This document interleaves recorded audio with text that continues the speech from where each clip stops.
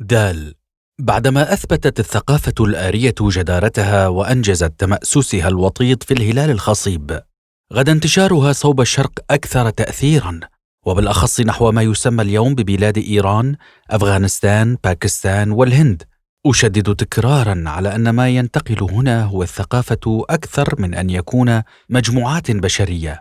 إنه انتقال للتأثيرات الثقافية لا الجسدية، والانتقال الثقافي الذي نتلمس أولى معالمه في الهضاب الإيراني خلال أعوام 7000 قبل الميلاد يشرع بالانتعاش في بلاد الهند حوالي أعوام 4000 قبل الميلاد، في حين أن هذه التأثيرات تعود إلى أعوام 5000 قبل الميلاد ضمن الهضاب التركمانية.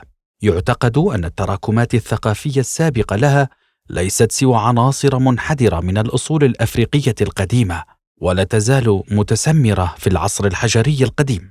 ذلك أن البقايا الثقافية والبنى الجسدية لبعض المجموعات وبالأخص في الهند تعزز صحة هذا الطرح، كما أنه ما من براهين نظرية أو عملية تدل على التطور الثقافي كثمرة للتطورات المحلية هناك، تماما مثلما الحال في مصر وسومر. حتى ولو أن بعض النقاد يعتبرون هذا النمط من الفكر اختزاليا مفرطا، إلا أنه من الضروري والمهم بمكان التذكير بأن الثورات الثقافية في التاريخ محدودة، وأنها تتحقق بصعوبة بالغة. لنتأمل الثقافة الأوروبية مثلا، حيث لا مثيل لها في أي مكان آخر. من هنا فإن طرح فكرة مشابهة بشأن الثقافة في الهلال الخصيب نسبة لتلك الأزمنة أمر صائب إلى أقصى درجة. ذلك أن انتظار ثورة ثقافية عظمى من المجموعات المتسمرة في العادات والتقاليد العائدة إلى ما قبل مئات آلاف من السنين، والتي بلغت حافة الزوال، واعتبار ذلك استحقاقا لها، لا يمكن تأييده البتة، سواء نظريا أو من حيث البقايا الثقافية الموجودة. أما الانتشار الثقافي الحاصل في أعوام 3000 قبل الميلاد والمتجه صوب الشرق إلى منطقة عيلام غربي إيران، فكأنه حقق نقلة نحو حضارة مركزها سوس، التي هي أقرب بالأرجح إلى مستوطنة سومرية. إن هذه الحضارة هي حصيلة التأثير السومري دون شك، وبالسير نحو الشرق فسنجد أن تأسيس مدينة هارابا وموهنجدارو الواقعتين على شواطئ نهر بنجاب في باكستان الحالية يجاري أعوام 2500 قبل الميلاد.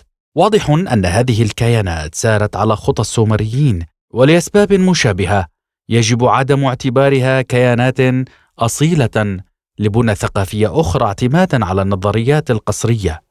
فعندما يكون المستوى الثقافي الذي يزعم أنه أصيل أقرب إلى ما هو عليه العصر الحجري القديم، فإن اشتقاق حضارة أصيلة منه أشبه بتصور الحمار حصانا. ولاستيعاب فكرتنا هذه على منوال صحيح، فسيكون من الناجع استذكار آلاف المجموعات القاطنة في المناطق الجغرافية الأكثر رقيا والباقية في مستويات حياة رتيبة طيلة ملايين السنين، وإدراك أسباب عجزها عن إبداع حضارة أو إنجاز ثورات ثقافية عظمى. لا ريب أن هذه المناطق أسهمت في التطور الثقافي وحققت العديد من التركيبات الجديدة، إذ غالبا ما يحصل الانتشار والاستقرار طوعيا وبالتداخل، بيد أن المنتشر هنا هو القيم الإنتاجية المادية والمعنوية المحققة للتطور، لا المجموعات الاستعمارية. والثقافات المنتشرة التي أثبتت جدارتها في هذا الاتجاه اعتبرت على الدوام معجزات مقدسة وهبة من الإله. من المهم عدم الخلط بين انتشار الثقافات التي تسمو بقيم الحياة المادية والمعنوية وبين الصهر المعتمد على الاستيطان والاستيلاء والعنف. ذلك أن القليل النادر من حالات الانتشار الثقافي حدثت على شكل غزوات وحشية أو استعمار أو صهر إرغامي، في حين أن الغالبية الساحقة منها تقبلتها المجموعات الأخرى بحماس وعنفوان، وتمثلتها نظرا لإثبات تفوقها من حيث مستوى الحياة.